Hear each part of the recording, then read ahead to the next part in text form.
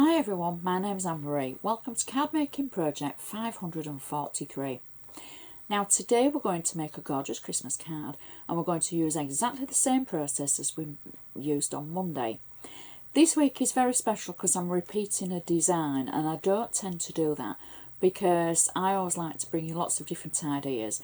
However, this week I thought, because the Ruffle cut and embossed dies are so beautiful from Anna, it warrants the fact that we use it both for all occasion and for Christmas, because then it just shows and helps you think outside the box a little bit.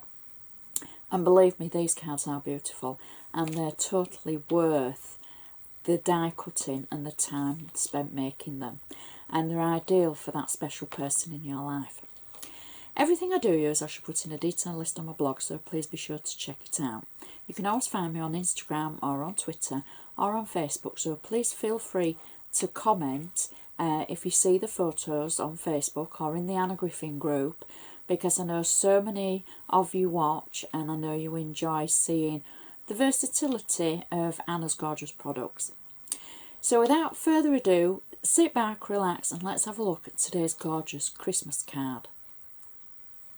For today's project, even though it is identical to Monday's, we're going to be using Christmas cardstock and the Christmas vintage collage toppers, but we're still going to be using the Anna Griffin Fantastic Flip rubber stamps. We're going to be using this one here, and it actually says it is time to celebrate. And I keep meaning to say I must apologise for my rubber stamps because they've been so well loved. They're starting to smudge on the actual carrier sheet, so it's difficult to see what it says. But this one says it is time to celebrate. We're going to use that for the insert, and then we're going to be using the new Ruffle cut and embossed dies.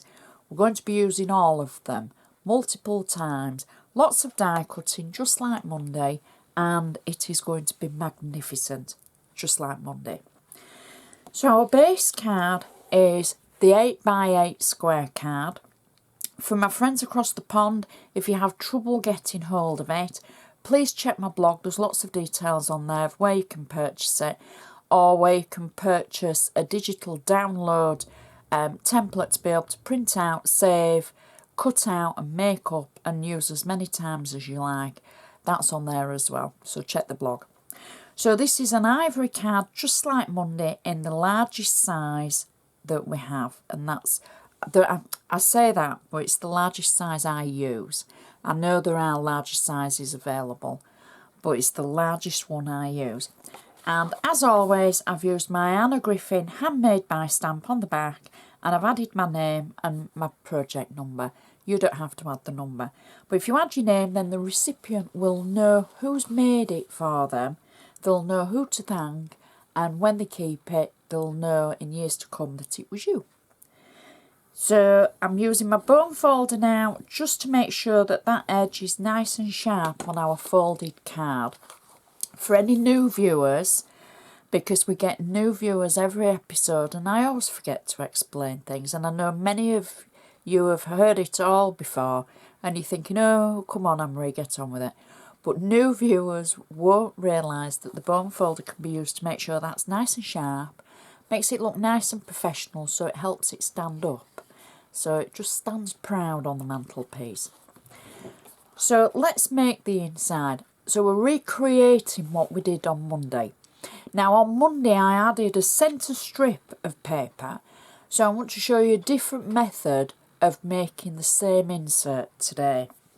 Now what I've done, I've die cut a piece of ivory cardstock that is just slightly smaller than the inside of the card, maybe by about 1/4 of an inch, so that it's got a little bit of the card giving it a border, so it's a layered effect for new viewers. I've then used the large Ruffle die in the centre to cut an aperture. I used the shadow layer border, the shadow layer, it is the border, the shadow layer border die of the oval, there we go, to create the aperture in the middle. I've got flat tape on the back of this, and I'm simply going to add this to the inside of my card. I haven't added any ink, I haven't inked the edges, I haven't done anything to it. So it's simply just a layer of cardstock with an aperture cut out of the centre, stuck into the card. So it gives it a good effect already. So then I've used the shadow layer of the large oval, or as I've just called it, the oval border, but it's the shadow layer of the oval. And in the Christmas cardstock, I've cut out the large shape. I've got flat tape on the back of it, so I can just peel the tape away. And then I'm going to place this into the aperture that we've just cut, so it sits in there nicely. Now on Monday we added the section of paper through the centre, and then we added everything over that, so this time it's just the shadow layer that we've cut out. This is the Ruffle layer, the ornate layer, and what I've done is I've cut it out of ivory cardstock, and then I've used the actual middle oval die to cut out an aperture from this, just for something slightly different but the same, if that makes sense. Now this is on flat tape and it's just in ivory cardstock, and we're just going to add this over the top of our previous layer, which was the shadow layer for that shape. So that sits in there nicely. And then to finish the insert, I've taken the same oval shape, I've die cut the centre of the lace ruffle layer, and then I've inked it in dark green around the edge, just to give it a little bit of depth. I haven't heat embossed it or anything, it's just a permanent olive green ink, and then I've stamped it in the centre with the "It Is Time to Celebrate." It's got flat tape on the back, and we're just going to pop it into the aperture of the previous layer. And there it goes. I could have got it in a bit straighter, but I didn't. So that is our insert. How pretty does that look? And because it's Christmas paper, you can just see the gold shining through. Oh my word, so gorgeous for an insert. Now we can make the outside. I'm going to use my bone folder just to make sure that score is nice and sharp still. The first layer is the gold foil layer. I've cut this to about 1/4 of an inch smaller than the actual card itself, just to give it a little bit of a border around the edge. I've just got flat tape on the back of the foil, and I'm just going to lay that down through the centre of the card. Now, before anybody writes to me and says, "Oh, that's quite wasteful, you're not being very economical with that," I want it to cover all of the base, because I don't know which bits are going to be shown. If there's no bits that are shown of the base, then so be it. But if you can see through any of the layers between each of the actual ruffles, or as you're looking through it, you're going to see the gold background. And I know it's there. It's one of those cards, I could have taken the centre of it away and been economical, but I didn't. I just thought, if you can see through any of the layers between the borders or anything, I want there to be a base. This is Anna's gold foil cardstock, nice and shiny, hello. And you can see the reflection of my camera and my ceiling and some of my lights.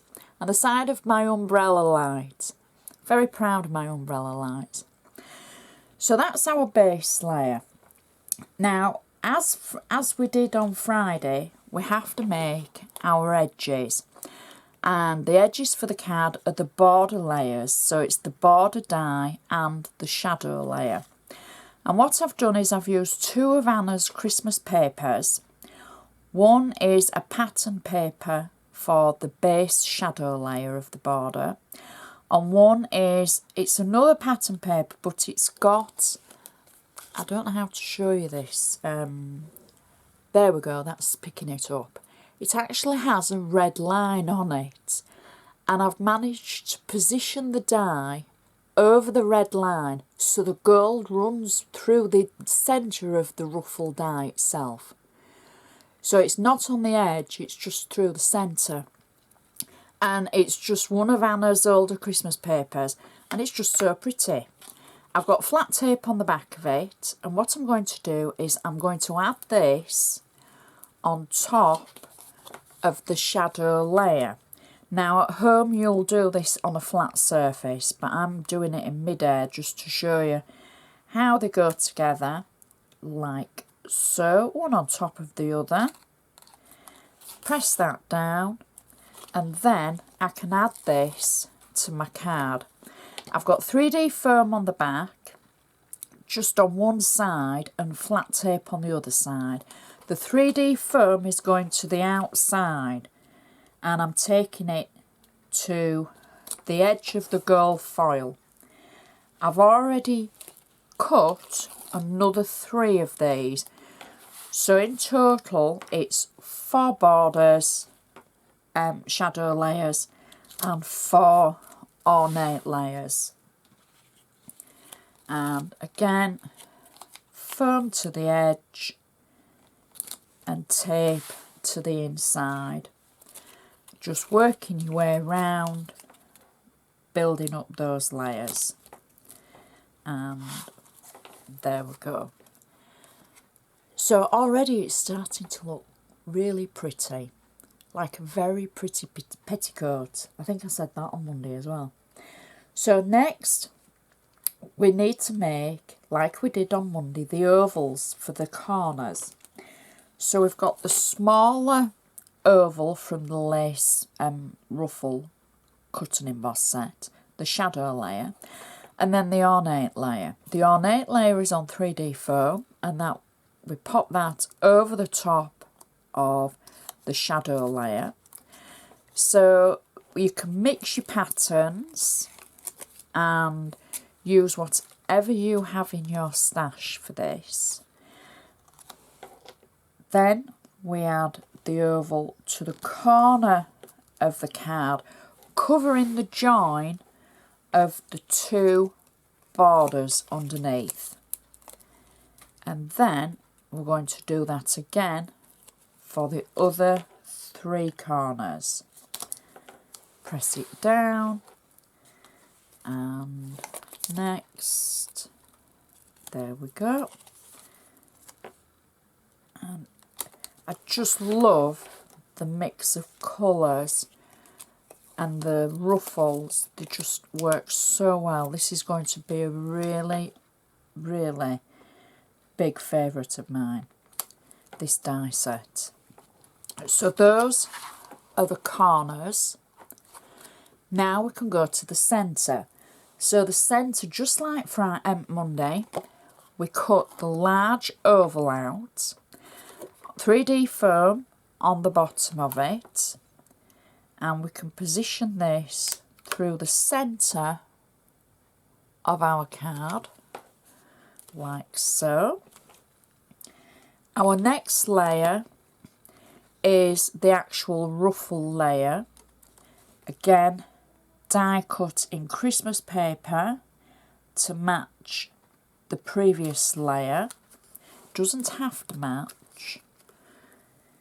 Our next layer is the large oval. Again, we've coordinated the paper. I will just move that because it's not straight at all. And I think at this point I can say, I've had a message from somebody who says that she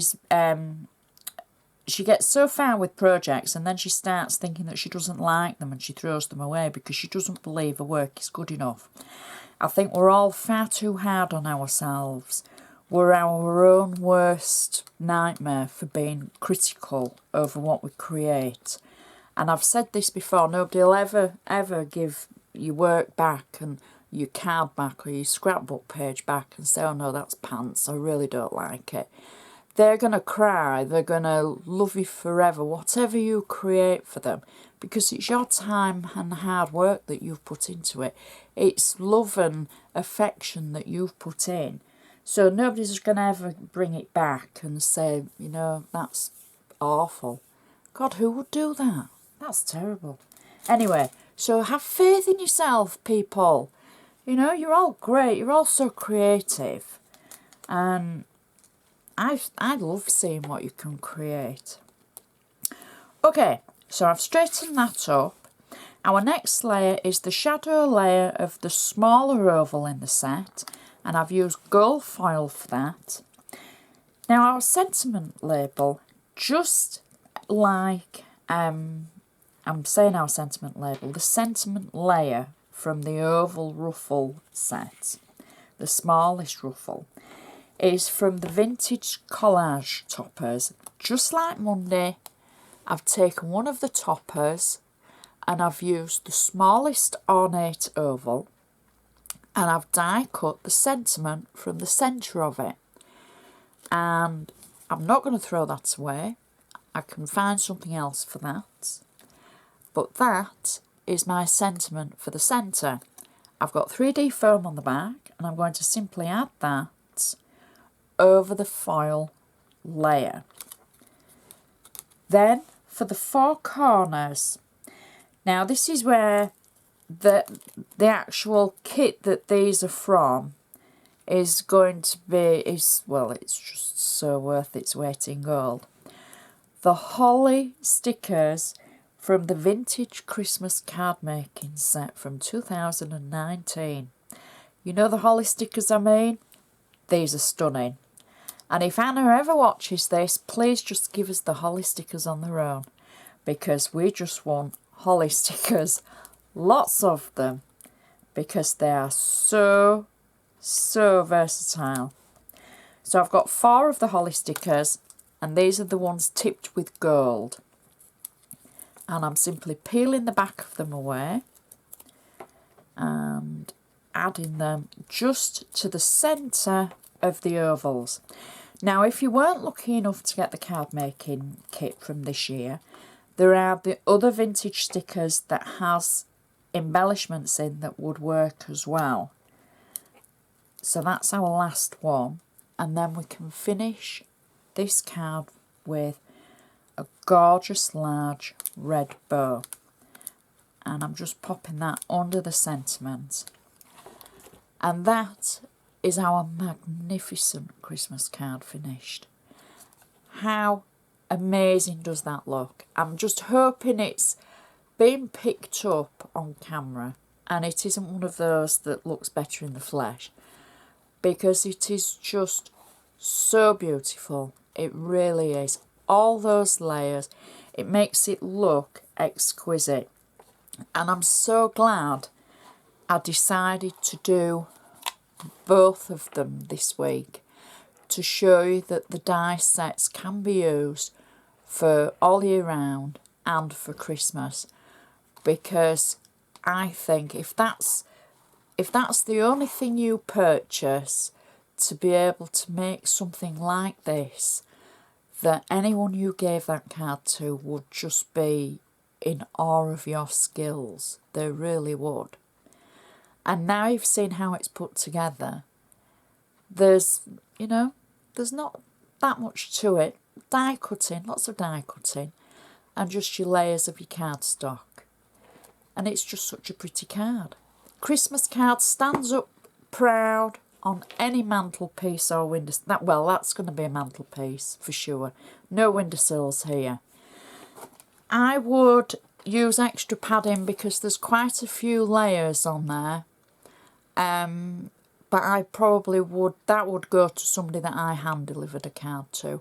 That would be to somebody special, I would say. It's just such a beauty.